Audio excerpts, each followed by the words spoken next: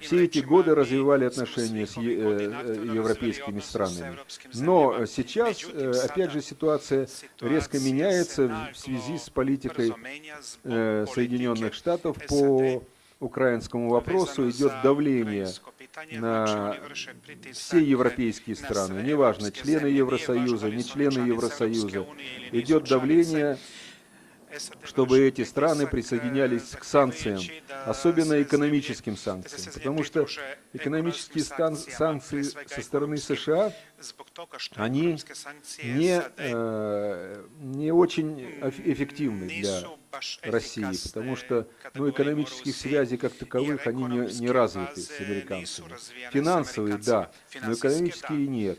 А вот с Европой очень сильно развиты. И сейчас давление на европейские страны Соединенных Штатов возрастает многократно. Хотя немецкий бизнес, немецкие политики пока не поддаются этому прессу. Все-таки они действуют более осторожно. Но в любом случае в России, в российском руководстве складывается понимание того, что нам предстоит очень трудный, тяжелый период, который некоторые называют новой холодной войной, другие называют затянувшимся спором, который затянется надолго.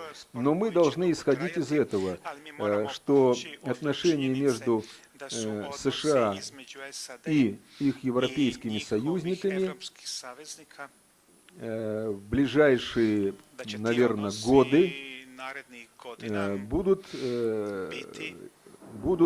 очень тяжелыми и сложными. Из этого должны